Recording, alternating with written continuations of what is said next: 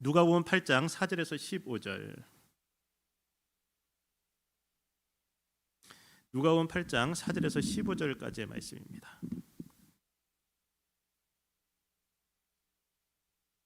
한 절씩 교독하겠습니다. 각 동네 사람들이 예수께로 나와 큰 무리를 이루니 예수께서 비유로 말씀하시되 더러는 길가에 떨어짐에 공중의 새들이 먹어버렸고 더러는 바위 위에 떨어짐에 싹이 났다가 습기가 없으므로 말랐고 더러는 가시떨기 속에 떨어짐에 가시가 함께 자라서 기운을 막았고 더러는 좋은 땅에 떨어짐에 나서 100배의 결실을 하였느니라. 이 말씀을 하시고 외치시되 들을 귀 있는 자는 들을지어다. 제자들이 이 비유의 뜻을 물으니 이르시되 하나님 나라의 비밀을 아는 것이 너희에게는 허락되었으나 다른 사람에게는 비유로 하나니 이는 그들로 보아도 보지 못하고 들어도 깨닫지 못하게 하려 함이라. 이 비유는 이러하니라. 씨는 하나님의 말씀이요 길가에 있다는 것은 말씀을 들은 자니 이에 마귀가 가서 그들이 믿어 구원을 얻지 못하게 하려고 말씀을 그 마음에서 빼앗는 것이요. 바위에 있다는 것은 말씀을 들을 때 기쁨으로 받으나 뿌리가 없어 잠깐 받다가 사람 당할 때에 변하는 자요. 가시떨기에 떨어졌다는 것은 말씀을 들은 자이니 지내는 중 이생의 염려와 재물과 향락의 기운이 막혀 온전히 결실하지 못하는 자요. 좋은 땅에 있다는 것은 착하고 좋은 마음으로 말씀을 듣고 지키어 인내로 결실하는 자니라. 아멘. 오늘 말씀을 보니까 말씀을 듣는 이들이 어떤 사람들은 그 말씀을 듣고 이해하지 못합니다. 그러니까 해석하기 어렵다고 하고요. 어떤 사람들은 알아듣기 쉬운 이야기로 이 이야기를 듣습니다. 왜냐하면 예수님이 그것을 해석해 주시기 때문에 그렇습니다. 예수님이 해석해 주시면 쉬운 이야기고 해석해 주시지 않으면 어려운 이야기입니다. 그러니까 말씀을 전하는 사람 또 말씀의 내용은 똑같은데 듣는 사람의 마음의 상태에 따라서 어떤 사람은 말씀을 듣고 그 말씀을 사장시키고 어떤 사람은 말씀을 듣고 100배의 결실을 맺기도 합니다. 예수님을 쫓아다니던 사람들이 참 많았어요. 그런데 모두가 다 예수님의 제자가 되지는 않았습니다. 많은 사람들이 몰려왔는데 다 예수님께 말씀을 들으러 몰려온 것도 아니었습니다. 비판거리를 찾기 위해서 날카로운 눈빛으로 앉아 있었던 서기관과 바리새인 같은 사람들이 있었고요. 또 기적을 보고 신기한 마음에 쫓아온 군중들이 있었고 세상 자랑과 명예욕 때문에 한 자리 해보겠다고 예수님을 따라 나선 사람들도 있었습니다. 이 사람들은 예수님이 알아듣기 쉽게 하려고 사용하신 그 비유를 들으면서도 그 비유에 담긴 깊은 진리를 이해할 수 없었습니다. 예수님은 종종 하늘나라의 진리를 설명하기 위해서 비유를 사용하셨습니다. 왜냐하면 이 비유를 통해서 사람들이 그것을 익숙하고 재미있게 들으면서 그 비유 속에 담겨있는 진리를 겸손하고 열린 마음으로 받아들이게 하시기 위함이었습니다. 농부가 씨를 뿌리는데 더러는 길가에 뿌리고요. 더러는 흙이 얕은 돌밭에 뿌리고 더러는 가시떨기에 더러는 좋은 땅에 뿌렸습니다. 당시 농촌 사람들이라면 누구나 쉽게 연상이 되는 이야기인데 예수님이 이 이야기에 진리의 말씀을 접목시키신 것입니다. 제가 설교 가운데 종종 예화나 유머, 제 삶의 이야기들을 여러분들에게 나누는 경우가 있는데 이것이 진리를 전달하기 위한 비유 같은 것입니다. 이런 이야기들은 말씀을 이해할 수 있도록 여러분과의 접촉점으로 사용되어지는데 듣는 이에게 익숙한 이야기들을 접촉점으로 해서 하늘나라의 비밀을 설명하는 것입니다.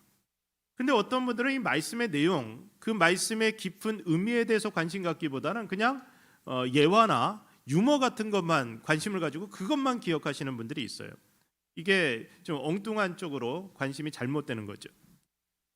여러분은 지난 한 주간 어떻게 사셨습니까? 혹시 지난 한 주간 부부싸움을 하신 분들이 있을지도 모르겠고요. 또 사업을 하시면서 일을 하면서 어려움을 겪으신 분들도 있을지 모르겠습니다. 새로운 이웃을 만나신 분들이 있고 또 어떤 사람과의 관계 속에서 좋은 경험을 하신 분들도 있고 그렇지 않은 경험도 하신 분들이 있을 겁니다. 그런데 이 모든 삶의 내용들이 우리에게 진리를 가르쳐 주시기 위한 주님의 비유란 사실을 기억했으면 좋겠습니다. 그러니까 이런 이야기들을 통해 내 삶의 경험을 통해서 주님은 무엇인가를 우리에게 알려주시기 원합니다. 이 비유의 말씀들 어떻게 우리가 깨달을 수 있을까요?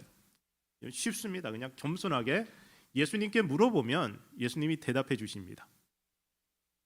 예수님은 많은 사람들에게 씨 뿌리는 비유를 말씀하셨습니다. 그리고 제자들은 그 비유의 의미를 묻게 되는데 예수님이 제자들과 함께 있을 때 그 의미를 다시 해석해 주시는 겁니다. 저는 주님의 비유로 나타난 여러분 삶의 모든 이야기들을 가지고 여러분이 주님께 나와서 그 의미를 해석해달라고 간구하는 사람이 되었으면 좋겠습니다. 그것이 기도예요. 그러니까 주님이 그 의미를 자세하게 해석해 주시면 우리 마음에 진리의 말씀이 들어와서 우리를 자유케 하고 우리를 성숙하게 만들어줍니다. 그래서 우리가 30배, 60배, 100배의 신앙의 결실들을 맺고 살아갈 수 있습니다. 오늘 저는 여러분들이 주님께 우리의 귀를 열어달라고, 우리의 눈을 열어달라고 간구하는 성도들이 되었으면 좋겠어요. 그래야지 주님이 우리의 삶을 통해서 우리에게 이야기하고 싶으신 그 진리의 말씀들을 우리가 듣고 깨닫고 또 그것을 적용할 수 있는 겁니다. 그래서 저는 기도 시간에 제 삶의 이야기들을 가지고 주님께 나아갑니다. 그리고 그 의미를 해석해달라고 간구합니다.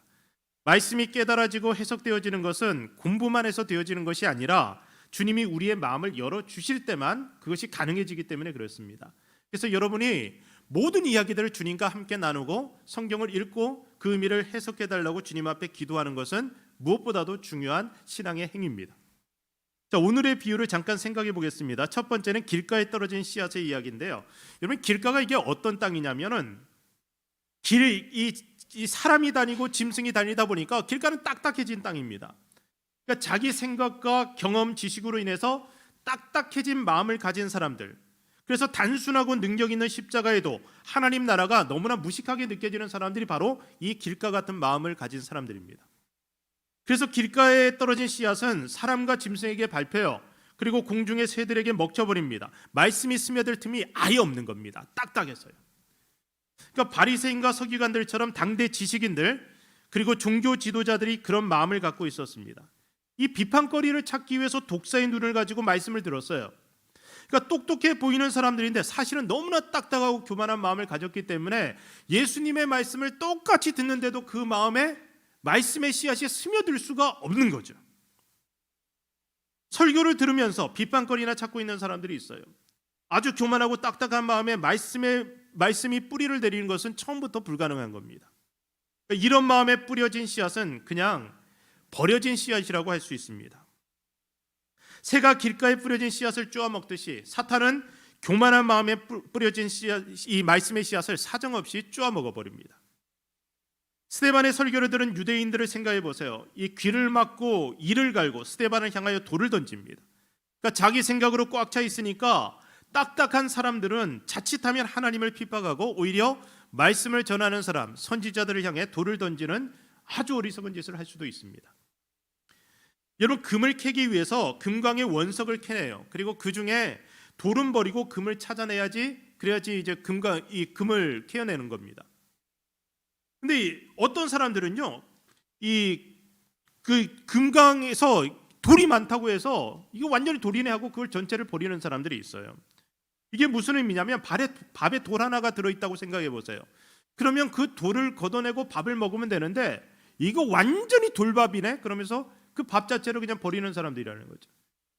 이거 모든 인간을 통해서 전해지는 말씀 가운데는 이 다양하게 불순물이 들어갈 수 있어요.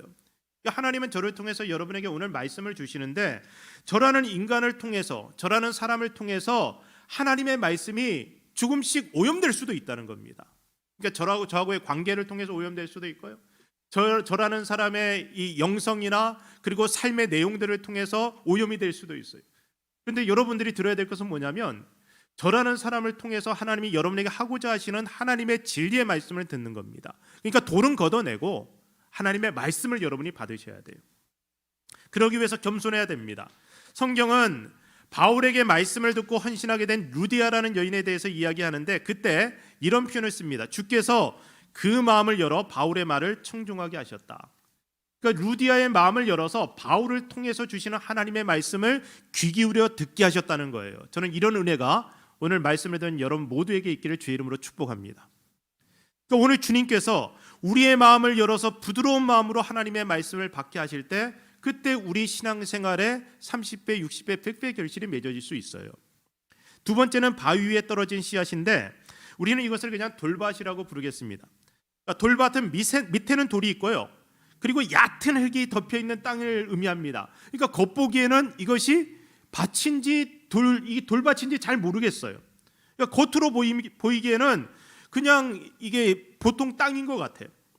그래서 씨앗이 뿌려지면 이게 뿌리를 내릴 수 없고 습기도 없는 땅이기 때문에 잠깐은 싹을 틔우는데 뿌리가 내릴 수 없으니까 금방 말라 죽어버리는 겁니다. 밑에는 모두 돌이 가득하니까요. 이 예수님이 행하시는 기적을 보고 신기한 마음에 쫓아온 군중들의 마음이 바로 그런 돌밭 같은 마음이었습니다. 열정이 있는 초신자들 중에 이런 분들을 종종 만나게 돼요. 처음에는 정말 요란하게 은혜를 받는 것 같아요. 교회를 처음 이제 방문하시거나 그러신 분들 중에서도 처음에는요, 야, 진짜 이 교회 너무 좋다, 말씀이 너무 좋다, 은혜 받았습니다 하는데 조금 지나서 어떤 서운한 일이 생기거나 하면요, 금방 시험 들었다고 삐져버리는 거예요. 제가 제일 듣기 싫은 말 중에 하나가 성도들이 목사님 저 시험 들었어요 뭐 이러는 거예요.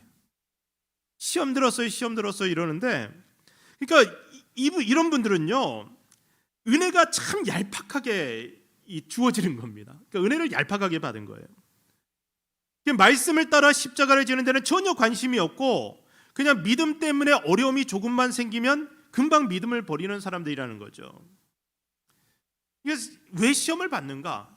이게 말씀의 진리에 관심이 좀 덜한 거예요. 오히려 그 교회를 통해서 내가 받고자 하는 거. 그래서 소셜하러 교회 나온다고 하는 말들이 있잖아요. 그냥 교회 가야지 사람 만날 수 있고, 교회 가야지 어떤 도움을 받을 수 있고, 그래서 그런 마음으로 나오면요, 말씀 가운데서 은혜를 받기보다는 말씀은 아주 얕게 들어가고요, 뭐 툭하면 교회가 나를 우습게 한다, 사람들이 나를 무시한다, 뭐 이런 걸로 이제 시험에 들은 거죠. 사실 밋밋하게 신앙생활하는 것 같아도 신앙의 짬밥을 저는 무시할 수 없다 생각됩니다. 그러니까 오래 신앙생활하는 사람들, 밋밋한 것 같아도 뿌리가 내려져 있는 사람들 뭔가가 있더라고요.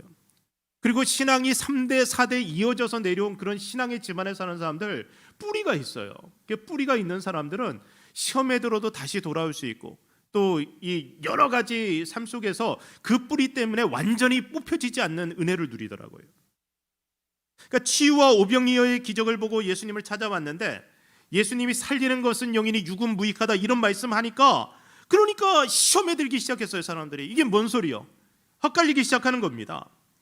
그래서 생명의 주인이신 예수님을 떠나가는데 예수님이 제자들에게도 이렇게 묻습니다. 너희도 가려느냐? 그때 베드로가 이렇게 대답해요. 영생의 말씀이 여기 계시오니 우리가 어디로 가오리까? 그러니까 말씀을 듣고 깨달으면, 거기서 진리를 발견하면 영생의 말씀이신 주님을 결코 떠날 수 없는 겁니다. 쓸데없는 것으로 시험 들지 않는 거예요. 저는 여러분이 뿌리 깊은 신앙인이 되었으면 좋겠습니다. 그러니까 툭하면 시험에 들고 왔다 갔다 하는 그런 사람이 아니고, 평생 동안, 아니 아예 자손 대대로 신앙의 대를 이어서 깊이 있게 뿌리 내리는 그런 신앙의 가문을 여러분이 이루고 살아가기를 주의 이름으로 축복하는 겁니다. 그래서 여러분의 신앙 때문에 여러분의 자녀들이 뿌리를 내리고, 여러분 자녀들의 신앙 때문에 그 손주들이 뿌리를 내리고, 그렇게 계속해서 대를 이어서 깊이 뿌리 내리는 신앙의 뿌리가 있는 가문을 만들어 가야 됩니다. 그래야지 주님이 뿌리시는 말씀의 씨앗들이 우리 마음속에 뿌리를 내릴 수 있습니다. 세 번째, 가시떨기 속에 떨어진 씨앗인데요, 이 가시떨기에 떨어진 씨앗은 가시떨기가 그 기운을 막아서 자라나지 못한다고 말씀합니다.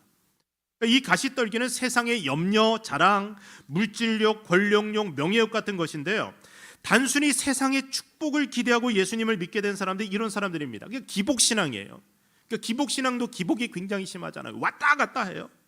그러니까 처음에는 말씀이 뿌리를 내리고 자라는 것 같은데, 세상을 워낙 좋아하다 보니까 신앙 연륜이 늘어날수록 삶에 대한 염려, 재물과 향락에 대한 사랑이 같이 자라나는 거예요. 그러니까 결국에는 신앙의 기운이 막혀서 열매를 맺지 못한다는 겁니다. 그러니까 복을 받기 위해서 예수님을 쫓아왔으니까 신앙 연륜은 계속 늘어가는데, 하나님이 복을 주시면 그러면 하나님을 섬기고, 하나님이 이 복이 사라지면은 그러면 원망하면서 떠나가는 거죠. 이런 사람들은 말씀을 듣는 동안에도 온갖 염려가 떠나지 않습니다. 그러니까 말씀을 듣는 동안에도 그 말씀에 자기의 믿음을 화합하지 않고 계속해서 주파나를 굴리고 걱정하고 걱정합니다. 그러니까 머릿속이 온갖 염려로 가득하니까 말씀에 집중이 안 되는 거예요. 여러분, 제가 설교자로서도 제일 어려운 부분이 이 염려거리예요. 그러니까 제가 염려거리가 생기면 그것을 해결하기 전까지 설교에 집중하기가 너무 어려워요. 그래서 제가 토요일부터 이 주일 예배 끝날 때까지 가능하면 사람들을 안 만나려고 하는 이유도 그거고, 새로운 염려거리를 안 만들려고 하는 이유도 그겁니다. 그런데 그럼에도 불구하고 염려거리가 생겨나요. 그리고 우리가 온라인 예배 들어가면서 얼마나 염려거리가 많아졌는지 몰라요. 제가 예배 중에도 여기 앉아서 스마트폰을 켜서 지금 이 실시간 예배가 제대로 진행되는가, 소리가 제대로 들리는가, 성도들이 제대로 참여하고 있는가, 이걸 체크하다 보니까 말씀에 집중하기가 점점 어려워지는 거예요. 여러분이 잘 모르는 설교자의 이 어려움이, 이런 어려움도 있어요. 그래서 온라인 예배하면서 설교하기가 점점 더 어려워졌어요. 처음에는 여기 성도님들 몇 명 앉혀놓고 설교하는 게 힘들었고, 그리고 계속해서 이 예배가 어떻게 되는지 이걸 신경 쓰다 보니까 염려가 많아져서 말씀을 전하는 자로서 말씀에 집중하는 게 점점 어려워지는 겁니다. 그러니까 설교 준비가 단순히 성경 보고 연구해서 되어지는 것이라고 생각하면 여러분 너무 쉽게 생각하는 겁니다. 그렇게 단순하지가 않아요. 언제나 내적인 갈등을 넘어서야 하는 치열한 영적 싸움이 설교자에게 있습니다. 그런데 이것이 말씀을 듣는 여러분에게도 있어요. 치열하게 여러분은 싸우면서 말씀을 들어야 돼요. 지금 이 순간에 여러분의 염려거리를 없애버리지 않으면 이 말씀이 주는 진리를 깨닫기가 어려워지는 겁니다. 저는 그래서 여러분이 이 시간 우리의 염려거리를 기도거리로 바꾸기를 바랍니다. 그러니까 기도는 하나님과 함께하는 염려예요. 우리가 염려해도 될 때가 있는데, 그것은 무엇이냐, 어떤 때냐면 하나님과 함께 염려할 때예요. 그래서 기도라는 것이 그렇게 어려운 게 아니에요.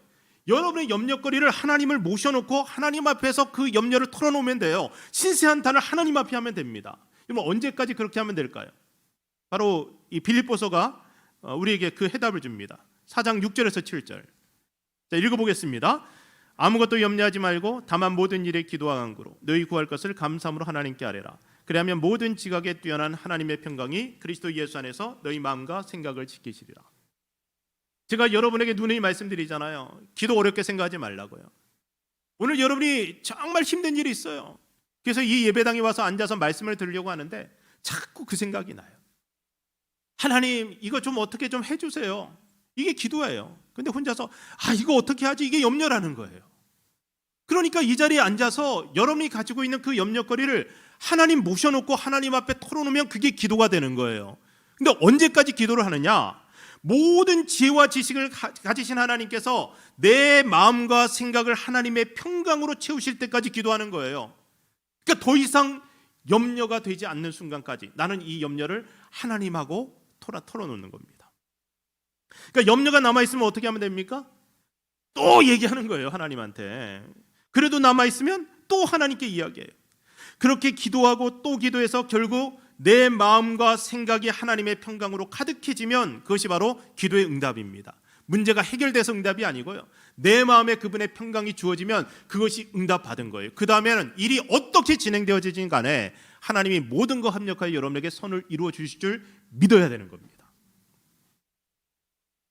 탐욕은 성공을 가져올 수 있어요. 그런데 믿음의 결실은 만들어낼 수 없습니다.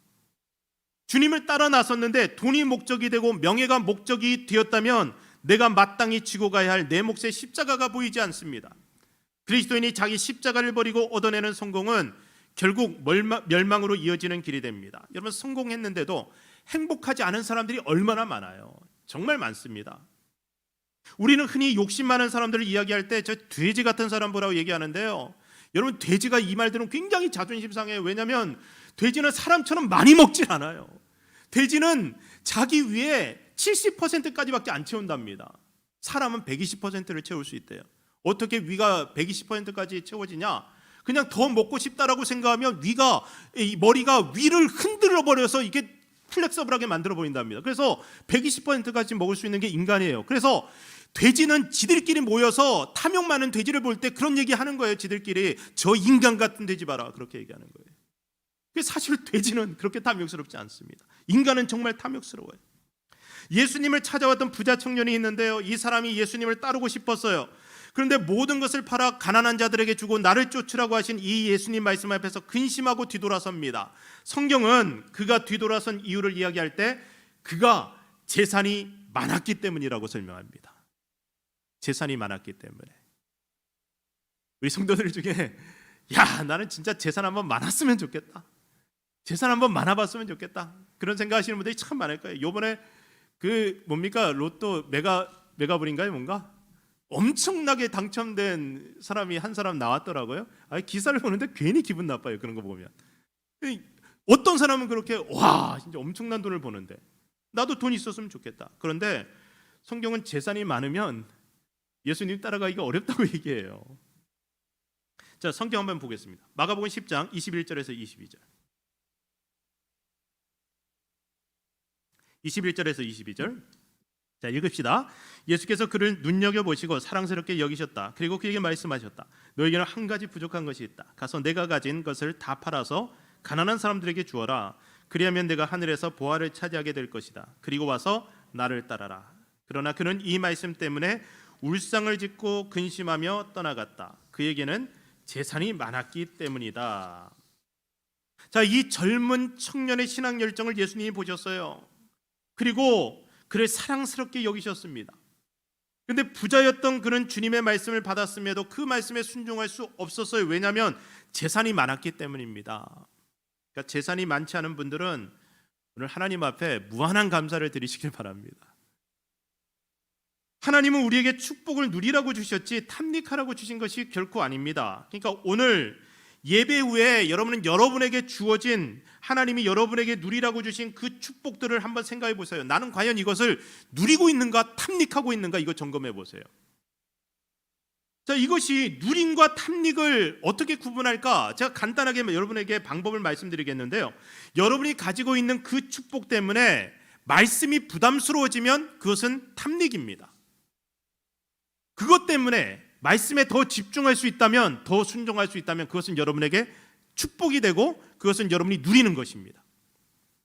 축복이 사라졌다고 해서 신앙생활이 무너지게 되면 탐닉이고 더 뜨거워진다면 그것은 여러분이 누림이라는 거예요. 축복을 누리는 사람은 어떤 상황 속에서도 그 축복 때문에 여러분이 일희일비하지 않아요. 왔다 갔다 하지 않아요. 팬데믹 기간 동안에 신앙생활에 소홀해졌다면 그것이 이때까지 축복들을 탐닉하고 살아왔다는 증거가 됩니다. 축복을 누리는 사람은 축복이 사라질 때 더 강력한 믿음으로 반응하게 됩니다.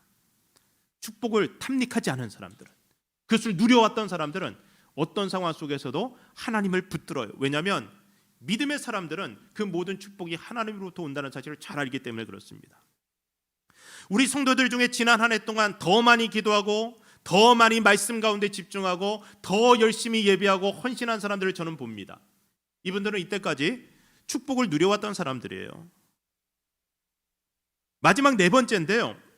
좋은 땅에 떨어진 씨앗입니다. 이 좋은 땅에 떨어진 씨앗은 결국 잘 자라납니다. 그리고 30배, 60배, 100배로 결실을 맺습니다. 15절 말씀 읽어보겠습니다. 좋은 땅에 있다는 것은 착하고 좋은 마음으로 말씀을 듣고 지키어 인내로 결실하는 자니라. 자, 좋은 땅에 있다는 것은 어떤 의미예요? 착하고 좋은 마음으로 말씀을 듣고 지키어 인내로 결실하는 사람입니다. 씨 뿌리는 사람 똑같아요. 그리고 씨앗도 똑같아요. 그런데 그것이 떨어지는 밭만 달랐습니다. 그러니까 밭의 차이가 씨앗을 죽이기도 하고 살리기도 합니다. 그러니까 이 밭은 우리의 마음을 이야기하는데 저는 이것을 마음의 성향이라고 여러분에게 말씀드리고 싶어요. 마음의 성향이 있어요. 그러니까 마음의 성향이 말씀을 받아들이고 싹을 틔우고 열매를 맺는 기초가 됩니다. 겸손한 마음이라야지 말씀을 받아들여서 뿌리 내릴 수 있고 온유한 마음이라야지 그 말씀에 순종해서 결실을 맺을 수가 있습니다. 그러니까 이것이 착하고 좋은 마음인데 저는 우리 성도들 모두가 착하고 좋은 마음으로 말씀을 들어서 깨닫고 순종하는 가운데 30배, 60배, 100배 인내의 결실들을 다 맺게 되기를 우리 주의 이름으로 간절히 축복합니다. 그러니까 제가 여러분들을 위해서 말씀을 잘 준비하는 거 너무 중요해요. 그리고 이것을 잘 전달하는 거 너무 중요해요. 이 온라인이라는 방식을 통해서도 어떻게든 말씀이 여러분들에게 잘 전달될 수 있도록 우리는 모든 수고와 노력을 해요. 그런데 중요한 건 뭐냐면 어떤 사람은 똑같은 환경 속에서도 결실을 맺는데 어떤 사람들은 그 뿌려진 씨앗이 그냥 죽어버린다는 거예요. 무엇의 차이냐고요? 마음의 차이예요. 그래서 심보를 좋게 입어야지 말씀의 은혜도 경험하는 겁니다. 사랑하는 성도 여러분, 우리 믿음의 기초는 말씀을 통해 만나는 하나님에 대한 믿음입니다. 결국 말씀을 통해서 하나님을 만나야 되는 거예요. 그러니까 우리가 말씀을 들어야 영혼이 살고, 그래서 매일매일 큐티를 통해 말씀을 받고 성경 공부와 설교를 통해서 말씀을 받고 있는 겁니다. 특히 주일 예배를 통해서 뿌려지는 이 설교 말씀은 우리 영혼의 생명을 지키는 아주 기초적인 샘물이라고 할 수 있습니다. 이 샘물 안 마시면은 신앙생활이 참 어려워요. 하나님이 이 공동체를 통하여서, 하나님이 세운 종을 통하여서 여러분의 주고자 하는 그 말씀은 여러분의 생명을 유지하는 가장 기초적인 샘물이라는 거예요. 이 샘물 마셔야 됩니다. 공동체에서 주어지는 이 샘물은 꼭 마셔야 돼요. 그러니까 유명한 목회자의 설교보다 제 설교가 여러분 신앙생활에서 가장 중요한 메시지입니다. 여러분 이것을 오해하시면 안 됩니다. 제가 어떤 사람보다 더 설교를 잘해서가 아니에요. 담임 목사는 여러분 영혼의 주치의 같은 사람입니다. 그래서 여러분의 신앙생활을 모니터링하면서 여러분에게 주시는 하나님의 메시지를 받아서 전하는 겁니다. 그러니까 담임 목사를 통해서 말씀의 은혜를 받지 못하면 아무리 위대한 어떤 설교자를 통해서 말씀의 은혜를 받는다고 해도 그거 여러분의 신앙을 건강하게 만들어줄 수 없다는 거예요.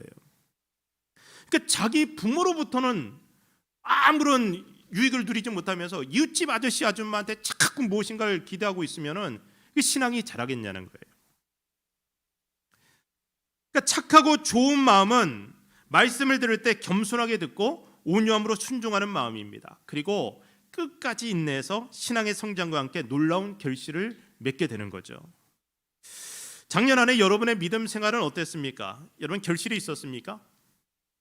여러분의 신앙생활 또 여러분의 헌신은 열매를 맺고 있습니까? 다시 한번 여러분의 삶에 맺혀진 열매를 돌아보면서 여러분의 말씀 생활을 한번 점검해 보셨으면 좋겠습니다. 여러분의 마음이 좋은 땅인지 한번 확인해 보라는 거예요. 말씀에 대한 체험은 감정적인 카타르시스가 아니에요. 말씀 받고 위로받았다 좋다 이것으로 끝나는 게 아니라는 겁니다. 그것을 간절하게 받아들이고 순종을 통해서 싹을 틔우고 그렇게 나타나는 약속의 성취를 경험하고 또 말씀하시는 하나님을 마침내 만나는 것, 그것이에요. 그것. 그러니까 말씀을 너무 많이 읽고 예배도 열심히 드리고 봉사도 많이 하는 것 같은데, 그런데 신앙의 열매가 맺혀지지 않는 사람들 한번 자기의 마음밭을 돌아보라는 겁니다. 그리고 이것이 딱딱해져 있다면, 이것이 돌밭이라면, 가시떨기가 가득하다면 갈아엎어야 돼요. 갈아엎어야 돼요. 그것이 여러분이 하나님 앞에 엎드려서 간절히 기도하는 이유입니다. 여러분 왜 40일 금식 기도하고요? 왜 철야 기도하는지 아세요? 그 마음을 갈아엎기 위한 거예요. 원하는 무엇인가를 얻어내기 위해서 그렇게 40일을 금식하고 그렇게 철야 기도하는 게 아니에요. 그렇게 기도하다 보면 이게 가시떨기 밭과 똑같은 상태가 돼요. 왜냐하면 주어지면은 그러면 뭔가 은혜 받은 것 같고, 없어지면은 그러면 하나님이 나를 버린 것 같은. 그래서 이 세상 탐심을 가지고 기도하는 것은 그 사람의 신앙에 결코 유익이 되지 않아요. 우리가 그렇게 금식하고 부르짖고 기도해야 되는 이유가 있다면 그거는 이 갈아엎어지는 거, 마음을 갈아엎기 위한 거예요. 마음을 갈아엎기 위한 거. 그래야지 진짜 신앙의 열매들을 거둘 수가 있기 때문입니다. 여러분 게으름과 교만, 미움과 시기, 쓸데없는 자존심과 자랑들, 이거 여러분 마음에서 다 갈아엎어야 돼요. 이거 갈아엎지 않으면 여러분 하나님이 여러분이 아무리 폭포 같은 말씀의 은혜를 부어주셔도 그거 받을 수가 없어요. 누릴 수가 없어요. 저는 2021년 이 새해에는 여러분의 마음밭에 뿌려지는 말씀이 여러분 마음밭에 깊이 뿌리 내리고 건강하게 자라나서 여러분의 사랑과 진리의 사람으로 날마다 자라나게 하시기를, 그래서 여러분을 통해서 더욱 아름다운 신앙의 열매들을 자손대대로 이웃들에게 온 세상에 퍼쳐져 나가기를 우리 주의 이름으로 간절히 축원합니다. 기도하겠습니다.